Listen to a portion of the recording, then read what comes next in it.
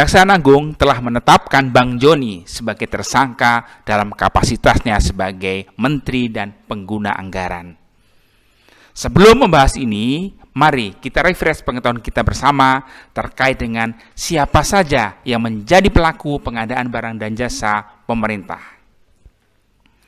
Berdasarkan Perpres nomor 16 tahun 2018 tentang pengadaan barang dan jasa pemerintah, tugas dan kewenangan pengguna anggaran tercakup di pasal 9, diantaranya melakukan tindakan yang mengakibatkan pengeluaran anggaran, mengadakan perjanjian, menetapkan perencanaan pengadaan, dan seterusnya. Kemudian pelaku pengadaan yang lain adalah kuasa pengguna anggaran. Ini dapat Anda lihat di pasal 10-nya. Pejabat berikutnya adalah pejabat pembuat komitmen. Ini diatur di pasal 11. Dan seterusnya, terdapat banyak pelaku pengadaan barang dan jasa lainnya yang masing-masing punya tugas dan tanggung jawab sendiri. Yang menjadi pertanyaannya adalah, apakah seorang pengguna anggaran di suatu departemen yang biasanya telah melimpahkan wewenangnya kepada kuasa pengguna anggaran bisa dimintai pertanggungjawaban pidana? Ini pertanyaan penting yang bisa jadi perdebatan panjang di sidang pengadilan. Pengguna anggaran yang dalam hal ini adalah seorang menteri tidak mungkin bisa menjalankan tugas dan kewenangannya sesuai dengan pasal 9 Perpres 16 2018 tadi. Tidak akan mungkin. Oleh karena itu, biasanya seorang pengguna anggaran, dalam hal ini di tingkat kementerian, dengan berbagai kesibukannya, akan melimpahkan kewenangannya kepada pejabat di bawahnya. Dalam hal ini adalah kuasa pengguna anggaran. Pertanyaan besarnya adalah, ketika Bang Joni sudah melimpahkan kewenangannya kepada kuasa pengguna anggaran, apakah beliau bisa dimintai pertanggungjawaban pidana? Jawabannya sih mungkin saja ketika ternyata terbukti ada penyalahgunaan wewenang. Tapi secara umum, ketika Bang Joni sudah melimpahkan wewenangnya kepada KPA, maka semua kewenangan pengguna anggaran beralih kepada KPA.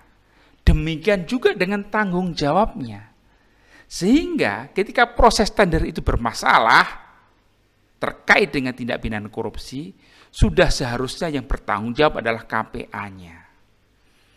Benarkah demikian? Mari kita tunggu sidang di pengadilan tipikor. Kontradiksi ketiga, Bang Joni dianggap bertanggung jawab atas pencairan uang negara 100%. Nilainya lebih dari 10 triliun, meskipun progres pekerjaannya belum 100%. Pertanyaannya, benarkah pengguna anggaran menjadi penanggung jawab terkait dengan pencairan anggaran 100% ini? Untuk itu, coba kita refresh kembali pengetahuan kita terkait dengan alur ataupun proses persetujuan pencairan anggaran. Yang pertama, sebelum anggaran dicairkan, PPHP atau Panitia Pemeriksa Hasil Pekerjaan akan melakukan tugasnya memeriksa apakah progres pekerjaan sudah sesuai dengan kontrak atau belum. Jika sudah sesuai, sudah selesai 100%, maka mereka membuat dan menandatanganin berita acara serah terima hasil pekerjaan. Selanjutnya, mereka akan melaporkannya kepada PPK.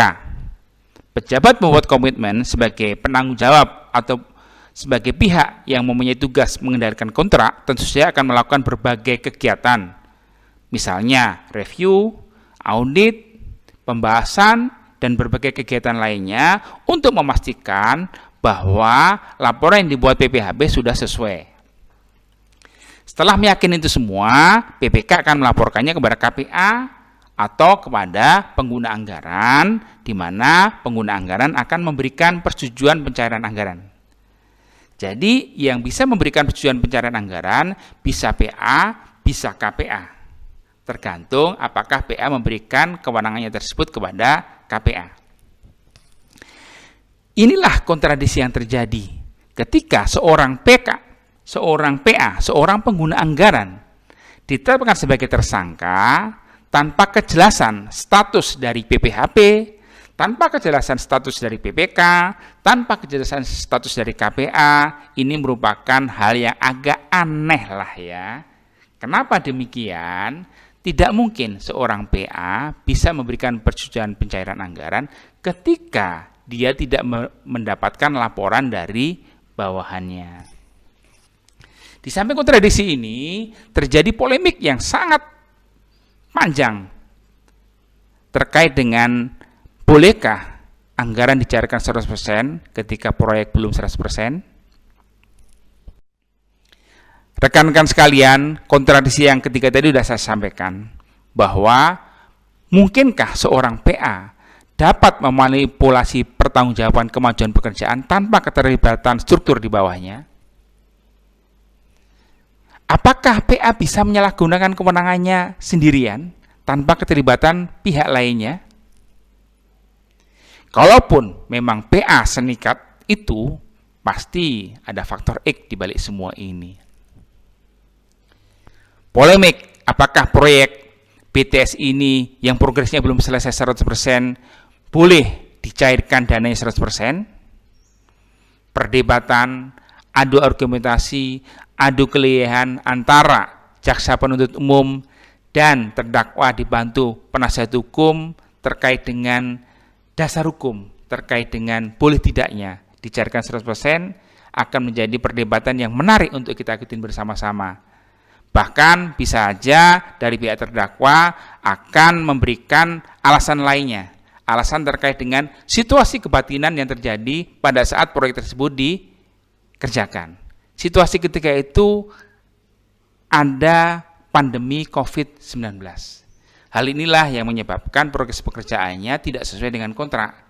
Nah, ketika di bulan Desember, ketika tahun anggaran akan berakhir, maka biasanya para Pimpro, para pelaku pengadaan barang dan jasa akan melakukan berbagai upaya untuk menyelamatkan proyek tersebut, termasuk di dalamnya dengan mencairkan dana 100%.